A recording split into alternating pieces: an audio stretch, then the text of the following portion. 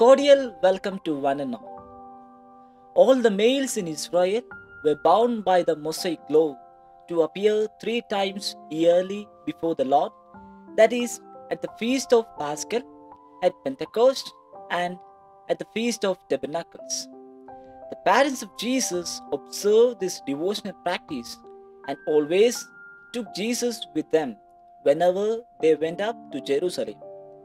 Though they went there several times, he was found missing for the first time when he was 12 years old. We could think that Joseph and Mary might be irresponsible in carrying up Jesus. It is not so. After the feast in the temple, the women and men set out separately in different groups and remained separate until they all reached the resting place for the night. It was possible for children to accompany either of their parents. Jesus was in the temple with Mary and Joseph until the close of their act of thanksgiving. But when this was concluded, the Virgin was living on one side with the woman and Joseph on the other with the men. Jesus, by a marvelous act of his power, withdrew from his parents, that Joseph thought he had remained with his mother, and Mary on her part supposed that he had gone with Joseph. It was the will of God that the absence of Jesus might manifest the glory of his Father, the merit of his parents, and the deep counsel of divine providence. Then he remained behind the temple, which was indeed his house, and made his home for 3 days.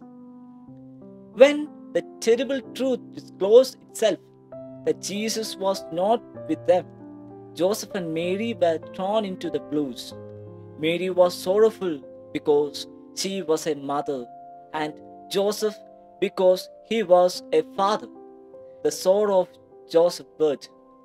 Both sorrowed alike, and their respective capacities were immeasurable and unlimited.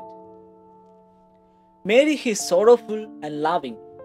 The love and tenderness of Joseph for the divine child were indeed hard to explain. His sorrow too was therefore like that of Mary, a very ocean mysterious to us. He had a touching sense of grief peculiarly his own, in that he had received from above the special charge of Jesus, that is, to be accountable to God for the precious gem that was given to him to look after. From that moment, they went back in search of their precious treasure that God entrusted to them, knocking every door and inquiring every people, filled with anxiety and grief. They walked with trembling steps. Without food and rest, without losing hope, they continued searching with a heart filled with love for him. On the 3rd day, they found Jesus in the temple in the midst of the doctors. They stood for a moment looking on at him.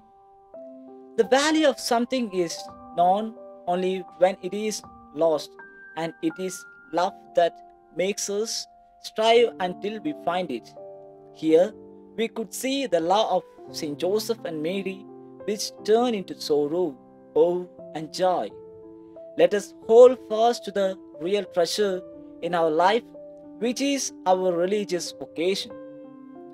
May the love of Christ compel us our pursuit of life with holiness.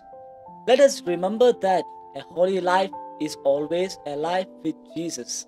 Saint Joseph's life was through and through a life with Jesus and a life for Jesus. Let us seek the prayers for leading a holy life. Amen.